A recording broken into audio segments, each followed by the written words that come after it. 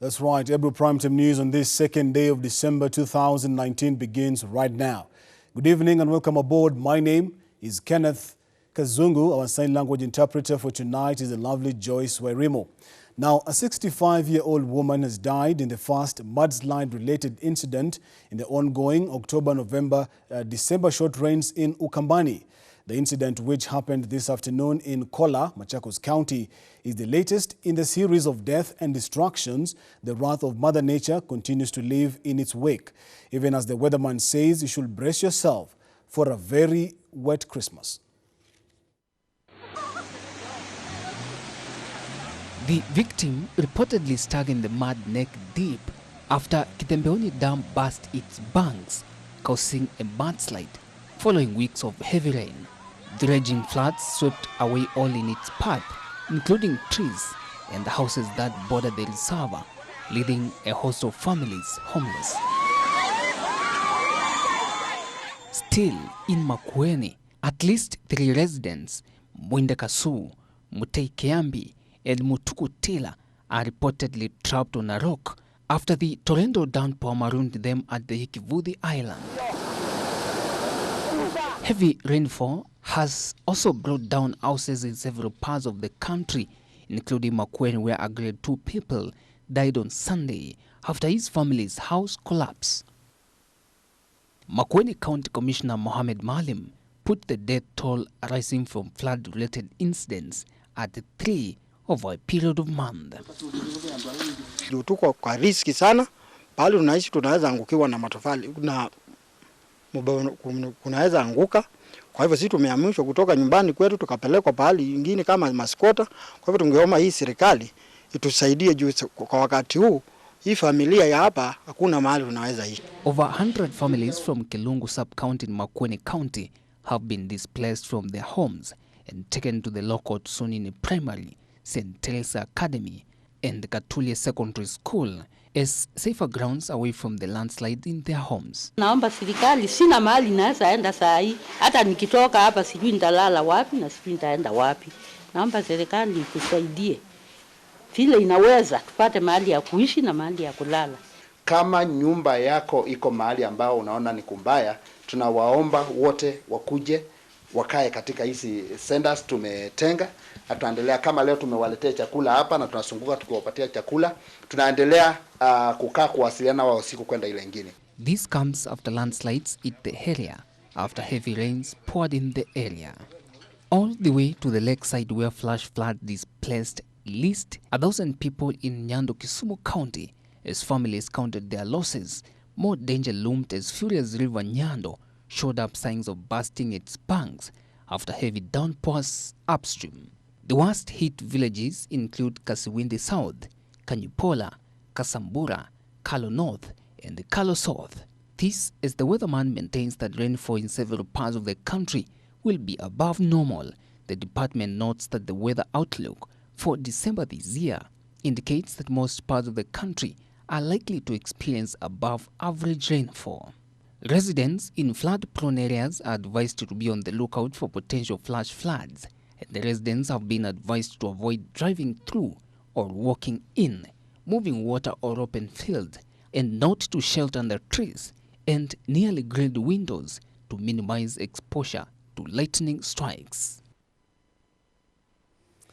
On that same wavelength, in West Pokot County Commissioner Apollo Okello has sent a stern warning to those who are not affected by floods and landslides against taking advantage of the situation by collecting food and other items from the Nyarkwalian, Perua and Tamkal camps. Now, the 3 camps are accommodating over 1,000 survivors whose houses were swept away by landslides and the floods. The county commissioner is urging residents still living in areas prone to landslides to move to safer places and take precaution against floodings, adding that deforestation in surrounding mountains might be the cause of the landslides. Hamutaweza kuathirika kwa yale mvua ilitokea, lakini tulipotembea sehemu hii na tukaweza kuona bado kuna athari kubwa sana. Ile msaada inakuja katika kaunti, inakuja kwa wale watu wako na shida, na kama wewe ukipata shida kuanzia kesho chakula ile itapatikana na misaada zingine. Nataka niamuru chief iweze kufikia wale wako na shida. Tumeweza kutuma majina ya wale wanasimamia wale waliaga dunia, na tunatarajia pengine hii wiki ya kukuja unaweza kupata msaada kidogo ili kusaidia mambo ya kugharamia mambo. To some cheers now and jeers over the 2019 KCPE result, and some 30,000 candidates who sat this year's KCPE exam will miss slots in their most preferred schools of choice due to the huge scramble for positions at top national schools. Education Cabinet Secretary Professor George Magoha says the selection panel faced a hard time in placing students to some specific schools that had a high demand. Education Cabinet Secretary George Magoha has launched the Form 1 selection exercise that has seen the top student in the 2019 KCPE examination, Andy Munyiri, joining Alliance High School, one of the top schools in the country. A total of 1,083,456 candidates sat for the exam, of which 1,075,201 have been placed in secondary schools. Magoha said all 1,075,201 candidates who sat for this year's Kenya Certificate of Primary Education will be placed in secondary schools they chose, and where the chances are limited, merit will prevail. In this regard, ladies and gentlemen, the ministry officials will be required to file accurate and daily returns on the status of reporting from schools in order to ensure 100% transition. And when I say accurate, I mean accurate. Don't sit in your office to be given reports. Go and do physical checks yourself. Magoha has called upon all parents and guardians to ensure their children join secondary schools, warning against any attempt to marry off a child who needs education. This means that parents, guardians, and school managers must facilitate admission of all children to secondary schools. And our radar is on those areas of the country which I will for this time not mention, who are notorious for taking the girl child to be married at this particular time. Magoha said the scholarship program is ready for most students who need it, saying the government has identified regions that are in dire need of the scholarships. Application for the Elimu Scholarship Program. In the wisdom of government, together with an external collaborator, 9,000 scholarships are going to be available for the children that need them. Originally, the government had mapped certain areas of this country that required them. The CS warned against any attempt by anyone to try and use unscrupulous way to get scholarships to their relatives. And I want to warn anybody who has tricks, because certain people will want their children or their relatives. The decision is yours. If you take the risk, we shall come on you like a ton of bricks. Reporting for Ebro TV, I'm Kaindo Stefano. To the hula balloon now surrounding the BBI report, and National Assembly Speaker Justin Muturi has dared members of Parliament to impeach him following his remarks that the BBI report cannot be introduced for debate in the National Assembly. In a press briefing on Monday, Muturi insisted that House standing orders do not allow the BBI report, unveiled last week by President Uhuru Kenyatta, to be introduced in Parliament in its current form. According to the Speaker, the BBI report is a product of the executive arm of government, and therefore it can only be allowed for debate in Parliament as a government policy document from the executive through the President's address. Originated, and therefore we cannot receive it or even claim to receive it because it is not ours.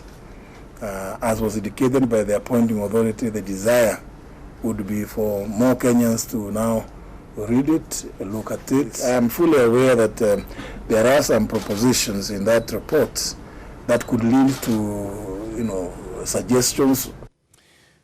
Now, staying with that report, and the Building Bridges report that was launched last week has attracted mixed reactions across the political divide over its implementation. According to the critics, the report is not inclusive, and if implemented the way it is likely to cause more divisions rather than its intended purpose of uniting Kenyans. Our reporter Jeff Haimba with more details on that story. It is just 4 days after the BBI report was launched at the Bomas of Kenya. However, all note is not rosy with the report, as the leaders clash over its implementation. The introduction of the Prime Minister position is what has caused political jitters across the country. After Kenyans going through the report for 1 month, the BBI team will have to call for a technical committee to turn their recommendations into legal, policy and administrative measures required for the implementation. Because this BBI report is just a report. It's nothing anchored in the constitution. Saboti Member of Parliament Caleb Amisi, one of Raila Odinga's allies, says the Prime Minister position is not well structured, and if implemented the way it is likely to divide Kenyans further. The Prime Minister is recommended to be appointed from the majority party, a decision Amisi says was not well thought out. The Prime Minister has a lot of loopholes. There is a scenario whereby the majority party probably brings the president. And there can also be a scenario whereby the majority brings the opposition, that the person elected is not necessarily have the majority in parliament. Now, you are going to choose a prime minister from the opposition, people who are against you, and you want to work with him. It does not make sense. There is a scenario where a president and the prime minister comes from the same party.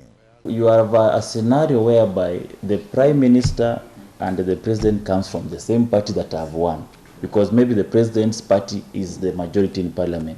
So you are saying the president and the prime minister and the deputy president are in the one party. What if they are still from 2 regions?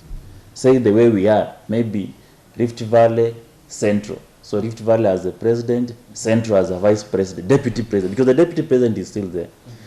And then because their party has a majority in parliament, they choose one of their own, because it has to come from the majority. So what kind of inclusivity is there? The BBI report proposed that the Prime Minister may be sacked by the President or through a vote of no confidence in the National Assembly. You are saying the President can sack the Prime Minister. And you are also saying the President, in consultation with the Prime Minister, they choose the ministers. So once the President has sacked the Prime Minister, and the Prime Minister also took part in choosing the minister, so are the ministers also going to be sacked? Because these ministers are at their courtesy of the Prime Minister whom you've sacked. The role of the Prime Minister will be the lead of the government business, a role that is likely to be contested. So if you put the Prime Minister who is in opposition, he becomes the leader of government projects. It does not work. The opposition is opposing the government, and their leader is the leader of government business. Another headache in the report is the recommendation of a powerful official opposition leader. The post of opposition leader is going to be structured and funded for. So who is the opposition? To me, the opposition is the person who comes second. So if the opposition are also going to provide a prime minister, then they are also going to provide the official opposition leader. So are we going to say that the prime minister is also the official opposition leader? So who are you opposing? Which government are you opposing? If you are the leader of government business and you're also the official opposition leader. Another elephant in the room are the whistleblowers who have been promised a 5% of the share if they report cases of corruption. How is the protection of the whistleblowers? Number 2, how long does corruption case take? Number 3, who are these people involved in corruption? The corruption is at the center of power. The technical committee is expected to draft once again the report, including the views from the Kenyans, and then bind into the proposals by Kenyans into a legal document. Reporting for Ebru TV, I'm Jeff Haimba. To more reactions surrounding that report, and even as the country is still reeling from the contents of the Building Bridges Initiative report, which continues to elicit more reactions, with the section of Jubilee leaders allied to Deputy President William Ruto now maintaining that they will support it without subjecting it to a referendum. Now, this even as the leaders took issue with Interior Cabinet Secretary Dr. Fred Matiang'i for continued support of the initiative, arguing that he's a civil servant. Speaking in Ziwa, Uasin Gishu County, during a funds drive in aid of 8 churches, the leaders said they were ready to pass BBI anytime they would be called upon to do so. Ile kitu tungependa kuuliza wale viongozi katika chama cha ODM ambao wamesema kwamba wanataka ni lazima tuende referendum. Hakuna kitu tunagombania. Waseme ni nini wanataka kwa referendum, tukubaliane, tuone kama nchi iko na pesa, tuende referendum. Na mimi nataka kuomba Mheshimiwa Rais Uhuru Kenyatta, we cannot allow public servants to be partisan and divide government if we have to run a robust public service. Public service should serve the government of the day without bias. Whether you are pro-government or not, they are supposed to offer impartial service. They, however, say many aspects contained in the BBI report can be implemented in Parliament since they touch on the law and not an amendment to the Constitution. Taifa letu la Kenya lazima isonge mbele, kwa sababu tusiposongesha taifa mbele tutarudi nyuma. Tumetoka hapo zamani safari ya malumbano na vita na kupigana na kusukumana, na hiyo yote ndio ilifanya rais na naibu yake wakuje pamoja. Elsewhere, a section of Muslim leaders from the North Rift region also took issue with some provisions in the BBI report. Fungu cha Prime Minister, hilo linatuudhi sana kuona tuwameweka kwenye BBI ati rais ndiye atakuwa na mamlaka ya kumteua Prime Minister, waziri mkuu. Hiyo ni kuchezea Wakenya akili, kwa sababu ni kuregesha enzi za Moi na Kenyatta hapa Kenya. Kwa sababu kama rais atakuwa ndiye anachagua Prime Minister na wadogo wake, atakuwa rais aweza fanya atakalo na kumwonyesha Prime Minister wakati anaotaka. Ikiwa lazima tuende njia Prime Minister, lazima Prime Minister achaguliwe ni wa Kenya katika vote. In Meru County, Majority Leader Victor Kareithi has criticized the move by the 59 Mount Kenya MPs who held a retreat last Saturday in Embu to deliberate on the BBI report, saying that no leader is supposed to direct Kenyans on the effect of the report. The people of this nation are the ones who are supposed to be given time to make these decisions. And let us divorce such decisions from next elections.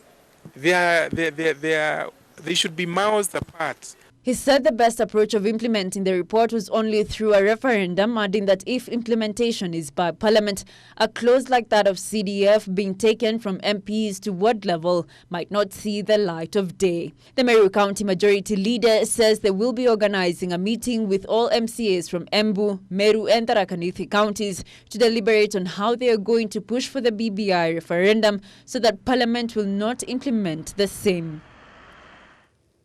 To some capital matters now, and motorists in Nairobi County will be forced to dig deeper into their pockets after the county government this evening announced an increase in parking fees. Beginning Wednesday, December 4th, it will cost you 400 shillings to park in the Nairobi Central Business District, marking a double increase from the initial 200 shillings. Buses, which are not public service vehicles, will be charged 1,000 shillings per day to park in the city. In a notice dated December 2nd, the County Director of Parking Services, Tom Tinega, said the new rates follow the enactment into law of the Finance Act 2019, which introduced new tax measures aimed at maximizing the county government's revenue.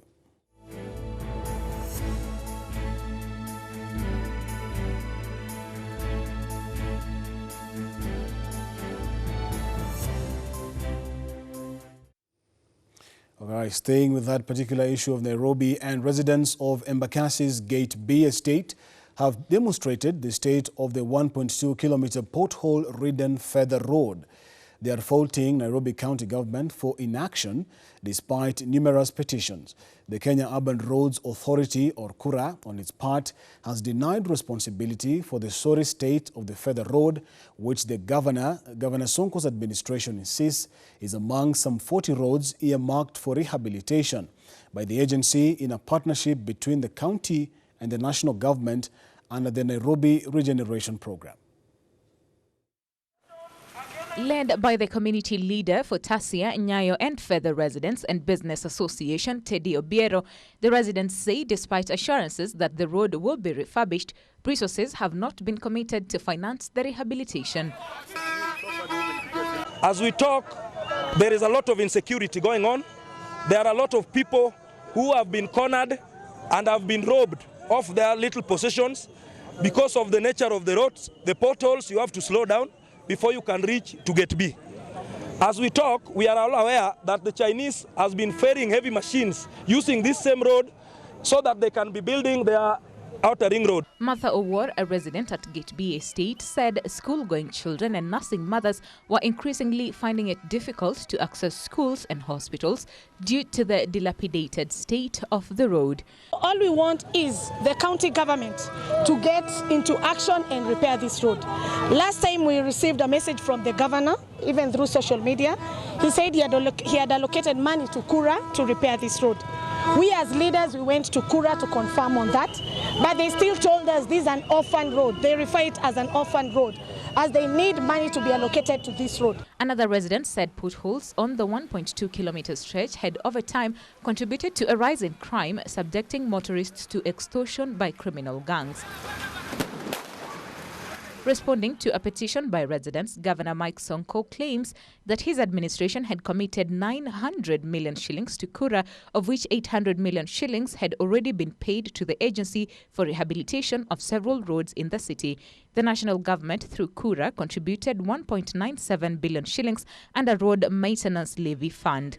Public service vehicle operators kept off the road, forcing residents to walk 1.2 kilometers to Outer Ring Road, with others opting for a border ride. Winnie Lubembe for Ebru TV.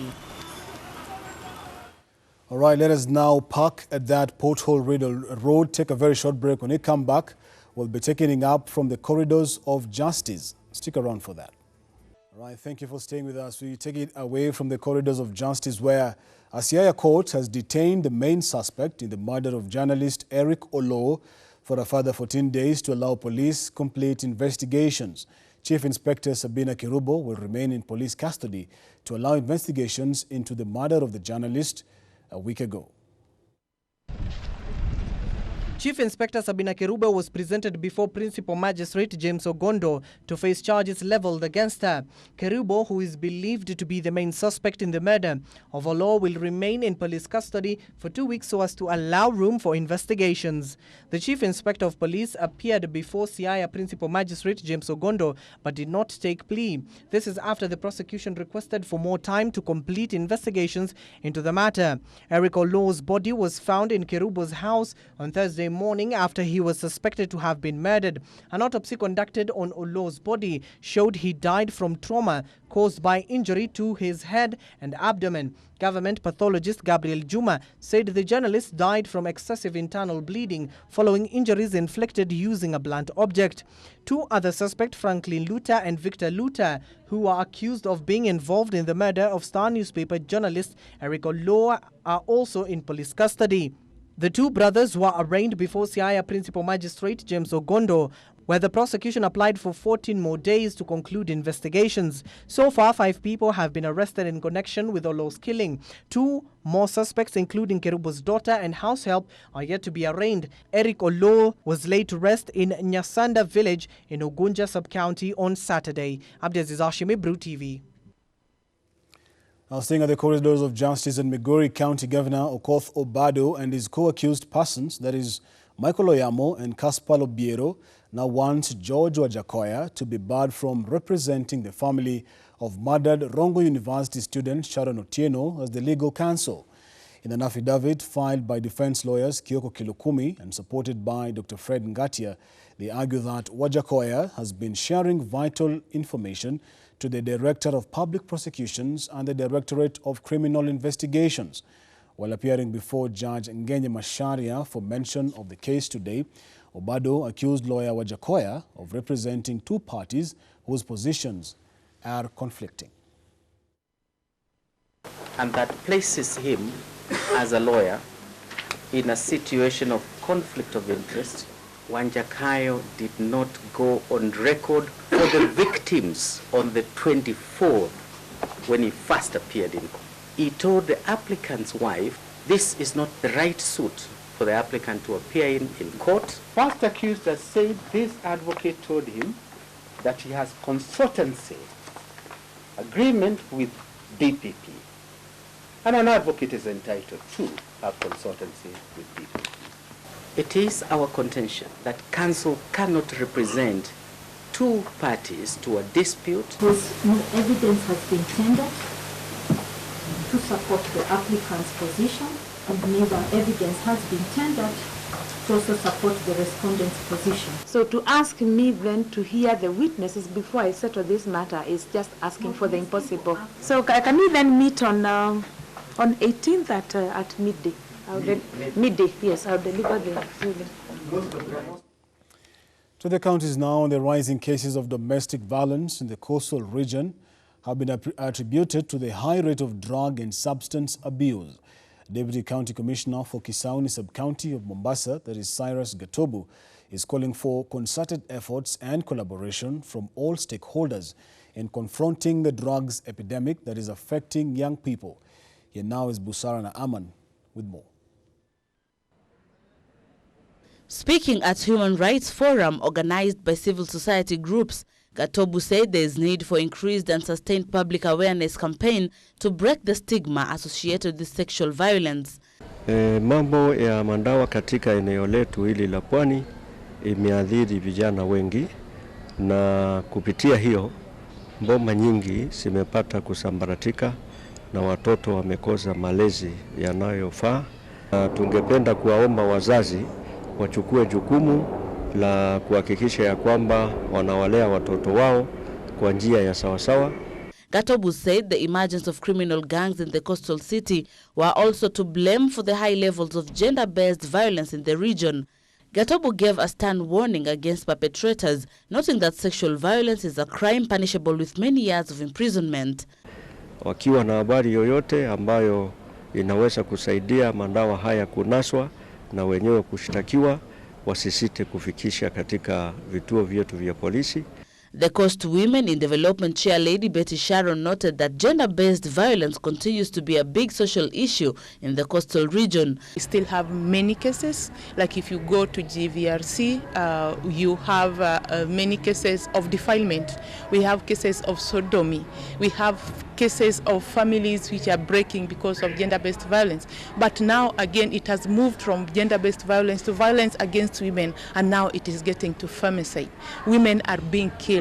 She said despite the existence of various pieces of legislation to curb gender-based violence, the problem still persists, while blaming the judiciary for the low conviction rates in cases involving sexual violence. Busara Naman for Ebro TV. To Nakuru County, where 4 water projects serving over 6,000 community members within Solai area in Rongai sub-county are said to be cushioned against vandalism and theft after an insurance company moved in to underwrite equipment and installations at boreholes and pumping stations. The water supply machinery owned by Chepkulul, Tuyotich, Marina and Bogoini Community Water Projects, operating under the umbrella of Wema Water Users Association, will enjoy the package that also covers damages caused by burglary, politically instigated violence and acts of terrorism. Chairman of the association, Joseph Ngori, says that the joint venture, mooted by the community and other stakeholders, is a relief to the residents of the water-scarce area that is home to 16,000 people, 2/3 of them from pastoral households. Na kwa sababu watoto wetu wengi walikuwa wanapoteza muda mrefu, especially the girl child. Alikuwa na travel kuenda kutafuta maji distance ambayo ni mrefu, na kuna risks zenye zilikuwa na kwanga njiani. Mtoto akitoka shule jioni na akimbie kutafuta maji, lazima atarudi ikiwa late hours. He says that whenever borehole water supply systems break down, women and children have to walk long distances to get alternative sources of water, with communities parting with 500,000 shillings upwards to cater for repairs. Water Secretary, Ministry of Water, Irrigation and Sanitation Engineer Samuel Alima says a prompt intervention by the insurance whenever rural water supply projects fail will ensure that communities are not exposed to long periods without access to the precious commodity. The Nakuru County Directorate for Water and Irrigation says that the latest Kenya Demographic Health Survey report indicates that 40% of rural households relied on non-improved sources of drinking water. Among them are unprotected water pans and uncertified boreholes. Ilikuwa nauza maji, ikafanya another extension ya 26 kilometers, alafu ndiposa waweze kufikia watu wengine wengi wenye walikuwa wanatarajia wafikie. Kwa hivyo the total kilometers yenye imekuwa by blade ni 38 kilometers katika hii mradi. The report notes that the sustainability of rural water projects will go a long way in promoting universal access to safe and clean water that is within easy reach for communities. In rural Kenya, 40% of rural households spend an average of 30 minutes or more per trip to obtain drinking water, which makes it hard for communities to engage in income-generating activities. Economic analysts in Nakuru County say with such community-centered projects, aspiring farmers will be able to participate in the much-needed ventures that are expected to shore up the economy of the county.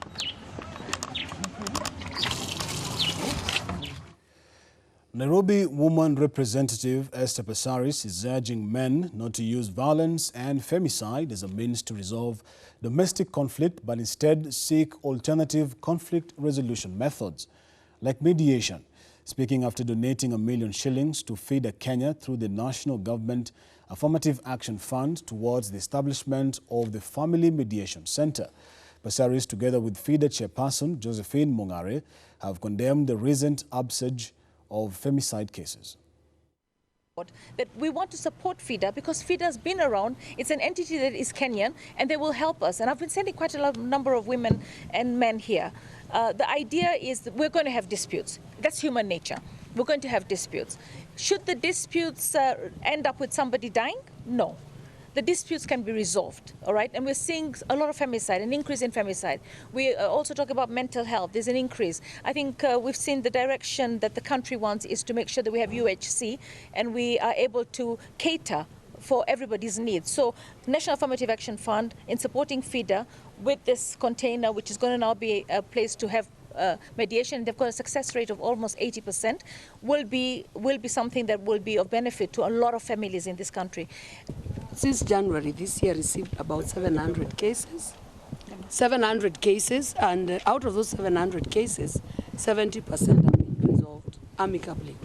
What we do with the rest of the 30%, then we move to the next process, which is the court process, where we find that we are not making headway.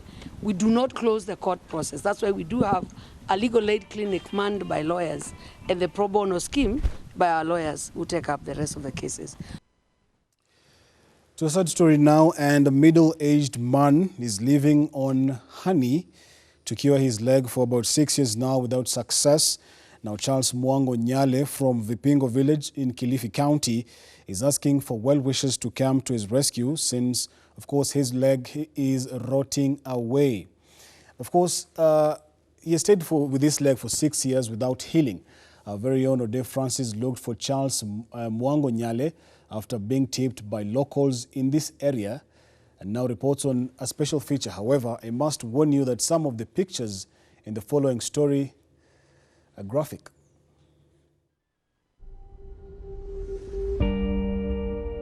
Kilifi County is one of the most natural resource endowed areas in the coast and Kenya in general, but surprisingly, it's one of the poorest counties, with poverty level standing at 68% of the population surviving on a meal a day. I went deep down to Vipingo to find out how a middle-aged man, Charles Mwangonyale, is surviving after being tipped on his deplorable condition by his neighbors. This is the state of Nyale, in a population surrounded by wealthy tourists and rich golfers in and out of the sprawling Vipingo. Hichi kidonda kilianza tu kama ni kidogo tu, futulo kikaendelea mpaka kimefikia kama hivi. Huyu mzee nimekaa nayo miaka kama 6, na hiyo kidonda namuona nayo haiponi, anazunguka hapa na pale na kidonda iko hivyo hivyo. His way of living to an average Kenyan is not expected, but again he has a sick leg that for the longest period has never healed. Babu, mambo ya kienyeji, mambo ya kwa kuombewa pia nishaombewa, lakini hata namuona na hicho kidonda kiko vile vile, hata hakuna mabadiliko. A father of 6 children and a divorced wife explains how his life has been a hell on earth. Naishi peke yangu. Mke nilikuwa naye, lakini divorce kidogo, tukawachana. Alikuwa anaenda hospitalini, huko anazunguka kuna kule kutafuta matibabu ya hiyo kidonda yake, lakini hajafaulu. For the first time, Mwango goes public on how he found himself in this disheartening condition. Nachimba shimo tu nikagongwa katika hapa mahali, kilianzia tu hapa. Kisha kikawa kikubwa, kikawa mpaka huku kote, mpaka kikaendelea hivyo hivyo. Kuwa kidonda kimemtatiza hiyo miaka hiyo yote, kwa sababu ni jirani yangu, ninakaa naye hapa karibu. His efforts to get medication has never been a walk in the park. Kwa sasa natumia ile asali ambayo nimemwambia. Ile asali kukiosha vizuri, kiwe kisafi, alafu napaka, alafu kama na kwa mahali kwa mavumbi hivi ndio nakifunga. Lakini kama ni usiku na kiachilia kiwa wazi. He has been in this condition for 6 years now without any hope of getting well. His leg continues to be ambushed by maggots while depending on honey to cure him. Usaidizi lazima nataka, lakini sasa sijapata wale wenye ambao waweza kunisaidia. Kwa hivyo ningeomba madaktari kama kuna usaidizi, muje mumsaidie ili apate kupona kile kidonda. Na watoto 6. Kazi zangu ni zile za jua kali haya. Lakini sasa ndio nataka angalau ukiwa nimepata daktari aweze kuniponya hii niwe ataniangalia. For Ebro TV, I'm Ode Francis.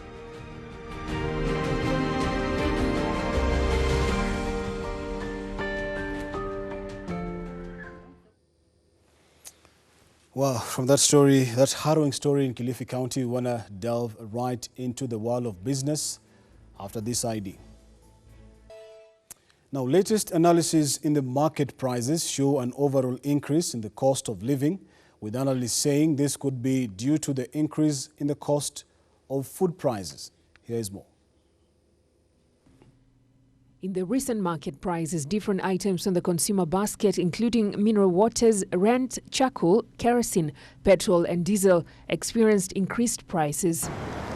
The price of sugar, for example, which forms part of the daily food basket in most households, registered a 24% drop, with a kilogram retailing at 106 shillings last month from 140 shillings last year. At the same time, the price of loose maize grains, green grams and maize flour registered the highest price increases, with a kilogram of each going up by 18 and 22% respectively in September this year compared to a similar period last year. Figures from the Kenya National Bureau of Statistics indicate that there was an increase in the price of Irish potatoes, tomatoes, sifted maize flour, green grams and mineral waters.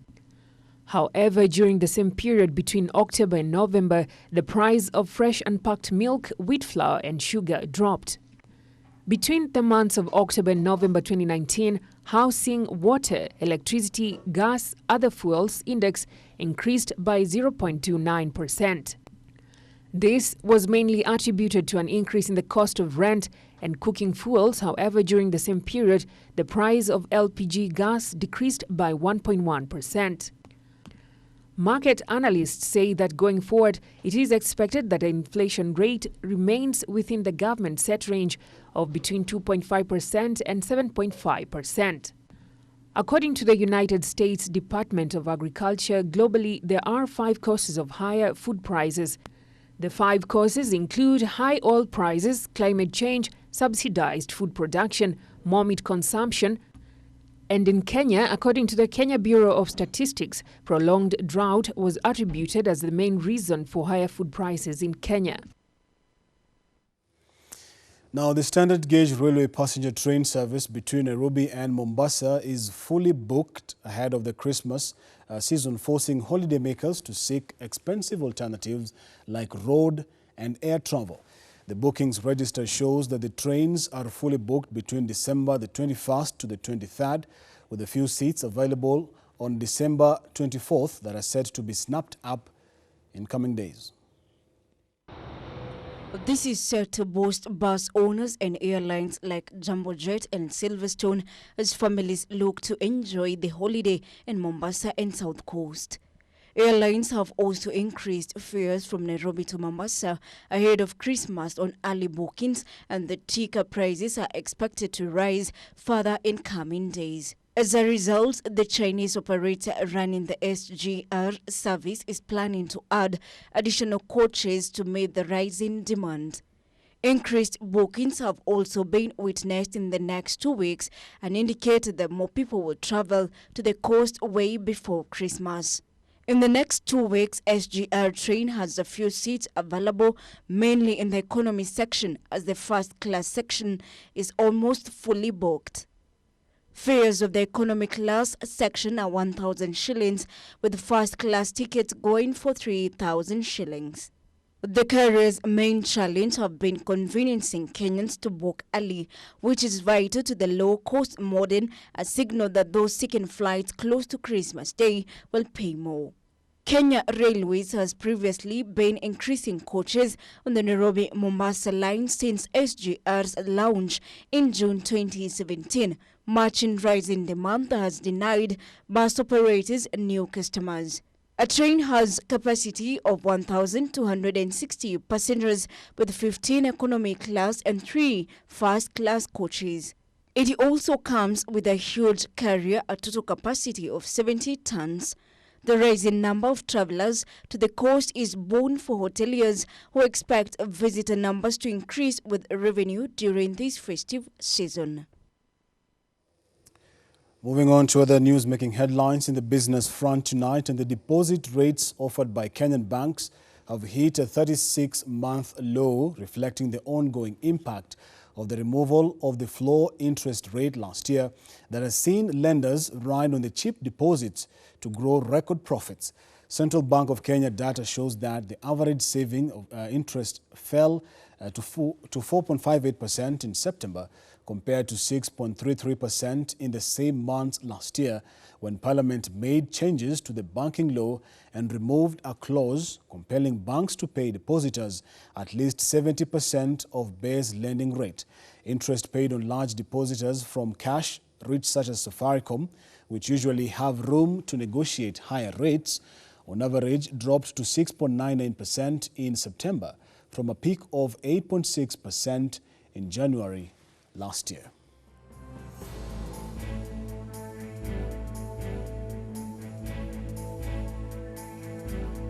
Well, that is Ebru Primetime News on this second day of December 2019. On behalf of the super amazing team that has helped put this bulletin together, thank you so much, Kenya, for watching. My name is Kenneth.